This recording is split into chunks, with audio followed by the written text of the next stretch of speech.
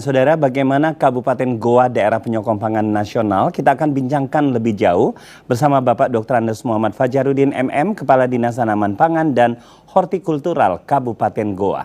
Assalamualaikum, Pak Kadis. Waalaikumsalam warahmatullahi wabarakatuh. Terima kasih Pak Kadis sudah bersama kami di TVRI Sulsel hari ini. Ya, Pak Kadis, bagaimana Kabupaten Goa berperan sebagai penyokong pangan Indonesia? Ya, saya kira Goa merupakan salah satu daerah yang memberikan suplai untuk padi dan tanaman-tanaman yang lain. Dan saya kira Goa dalam rangka untuk menghadapi El Nino ini, saya kira beberapa kegiatan yang kita lakukan. Yang pertama adalah melakukan gertam, gerakan tanam untuk beberapa daerah yang kita anggap bahwa ini akan memberikan dampak El Nino. Anggaplah misalnya di daerah-daerah penghasil padi seperti Bajeng Barat, Barombong dan Palangga dan beberapa kecamatan lain, itu kita lakukan percepatan penanaman sehingga kebutuhan akan air ini bisa kita penuhi. Kemudian beberapa kegiatan lain tentunya kita mengoptimalkan terkait dengan benih genjah yang cepat kita lakukan penanaman. Yang kira-kira 80 hari sudah bisa kita lakukan panen, sehingga yang tahan terkait dengan El Nino ini yang kita lakukan tahan terhadap hama dan kekeringan. Kemudian saya kira kita mengoptimalkan juga para petugas-petugas yang ada di lapangan melalui POPT untuk mengantisipasi terkait dengan adanya misalnya hama, kita turunkanlah para petugas-petugas kita untuk mengantisipasi itu. Kemudian yang selanjutnya kita mencari sumber-sumber air. Goa ini ada bendungan namanya Bendungan Bili-Bili, kemudian ada Sungai Jenek Berang yang bisa mensuplai air ke persawahan-persawahan masyarakat. Kemudian yang terakhir kita juga menganjurkan kepada para petani untuk masuk dalam asuransi AUTP. Jadi kita memberikan asuransi kepada setiap pertanaman masyarakat yang dilakukan di Kabupaten Goa. Saya kira inilah yang kita lakukan sehingga Goa ini menjadi salah satu daerah lumbung beras yang ada di Sulawesi Selatan. Begitu mungkin. Ya, Pak Fajar, bagaimana dampak fenomena El Nino terhadap pertanian di Kabupaten Goa saat ini?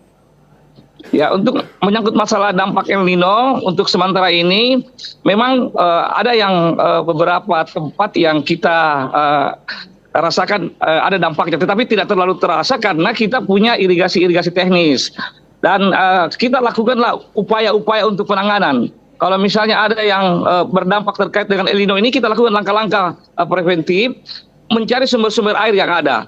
Kalau misalnya tidak dengan lakukan irigasi, kita lakukan pompanisasi sehingga kebutuhan air akan petani ini bisa kita penuhi. Begitu. Ya, Pak Fajar, dengan demikian apa saja langkah-langkah yang telah diambil oleh Dinas Pertanian Kabupaten Goa dalam menghadapi El Nino ini? Ya, langkah-langkah yang kita lakukan itu tadi saya katakan bahwa kita harus melakukan percepatan penanaman. Sehingga dengan percepatan penanaman ini kita bisa lebih cepat untuk melakukan panen 3 bulan ke depan. Kemudian yang kedua, ya mencari sumber-sumber air yang ada. Apakah dengan melakukan misalnya pompanisasi yang ada, kemudian kita mencari kira-kira di mana sarana prasarana yang ada terkait dengan sumber-sumber air yang ada. Kemudian juga ya kita siapkan pompanisasi bagi masyarakat. Kalau terjadi kekeringan kita lakukan upaya-upaya pompanisasi. Begitu mungkin. Ya, bagaimana Kabupaten Goa sendiri mempersiapkan petani untuk menghadapi potensi kekeringan selama El Nino? Ya, kesiapan kita dalam rangka menghadapi kekeringan ini tentunya kita memberikanlah sosialisasi dan pendampingan kepada para petani kita melalui penyuluh-penyuluh yang ada di lapangan untuk selalu berada di lapangan. Saya sampaikan kepada penyuluh untuk selalu melihat di mana kira-kira yang akan ada dampak terkait dengan El Nino, kita lakukan langkah-langkah untuk segera kita antisipasi terkait dengan El Nino ini. Bahkan pemerintah Kabupaten Goa melalui Bapak Bupati cukup intens untuk memberikan masukan kepada kami untuk segera dilakukan langkah-langkah. Termasuk saya kira dukungan dari pemerintah kabupaten untuk menyiapkan anggaran-anggaran yang di perubahan ini memberikan kami bantuan untuk pompanisasi, termasuk bantuan-bantuan Alsintan lainnya untuk mendukung dari program mengatasi El Nino ini. Iya, apakah terdapat program khusus untuk mendukung petani saat musim El Nino di Kabupaten Goa? Ya, di program khusus yang kami lakukan di pemerintah Kabupaten Goa melalui program dari Bapak Bupati untuk segera mencari solusi terkait dengan El Nino ini, Bapak Bupati memberikan kami anggaran kurang lebih 6 miliar untuk segera melakukan langkah-langkah, utamanya dalam rangka untuk mempersiapkan bagaimana kita menghadapi El Nino ini dengan misalnya dengan memberi pompanisasi, kemudian alsintan lainnya yang bisa membantu masyarakat, termasuk pemberian benih unggul kepada masyarakat. Saya kira itu. Ya, bagaimana koordinasi antara Dinas Pertanian Kabupaten Goa dengan pihak-pihak lain dalam mengatasi dampak dari El Nino ini, Pak?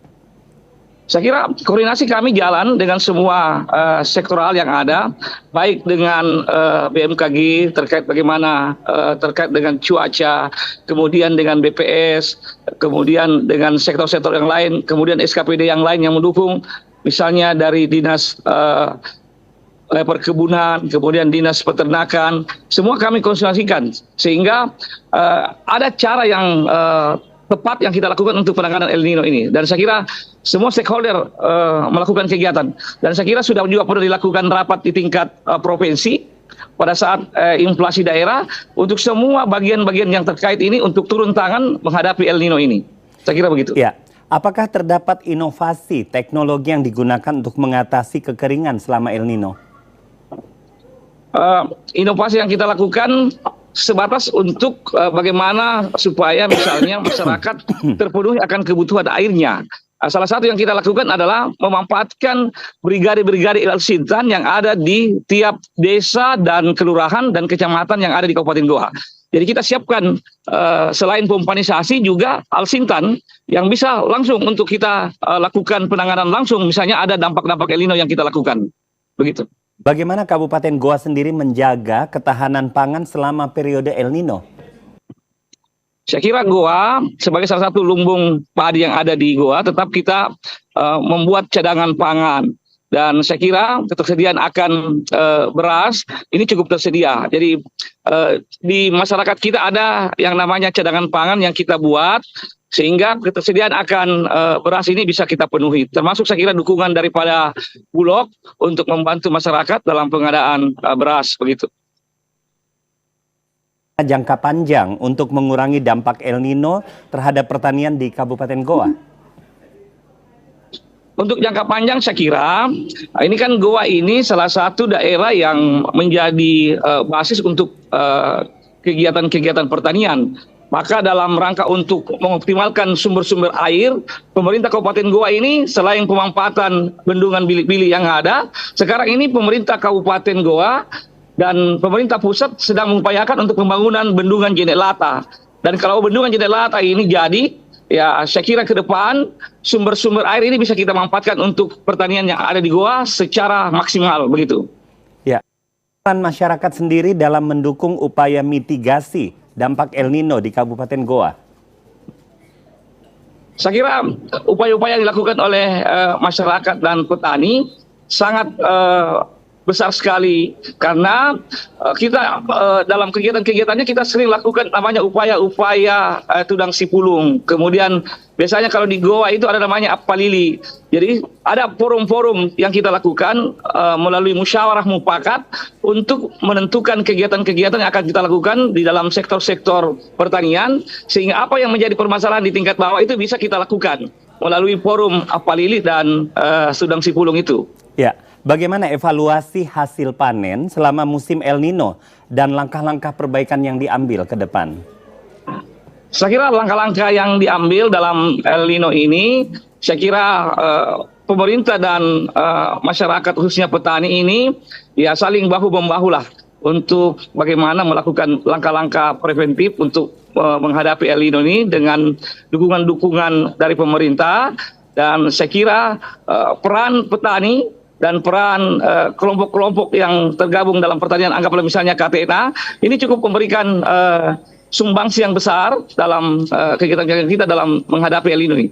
Jadi setiap ada permasalahan di tingkat bawah, kita lakukan antisipasi dengan upaya yang cepat dan tepat untuk kita lakukan penanganan-penanganan. Begitu. Ya, Pak Fajar, apakah ada pengalaman sukses yang bisa dibagikan dalam menghadapi El Nino di bidang pertanian? Ya, terkait dengan penanganan El Nino, kemarin ada laporan dari masyarakat di Desa Borompak Lala yang di Kecamatan Patalasang itu ada yang kekurangan air terkait dengan sumber air yang ada di sana, utamanya padinya.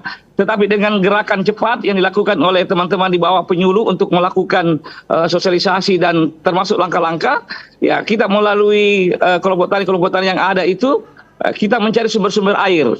Kemudian dari sumber-sumber air yang ada itu, kita lakukan lagi percepatan dengan mencari di mana ada pompa yang bisa kita lakukan penarikan air.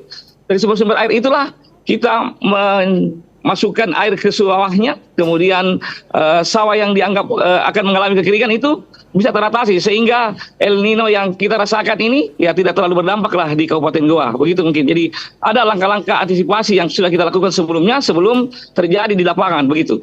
Ya, Pak Fajar, bagaimana Kabupaten Goa bekerja sama dengan pemerintah pusat dan kabupaten atau kota lainnya untuk mengatasi dampak El Nino pada sektor pertanian ini?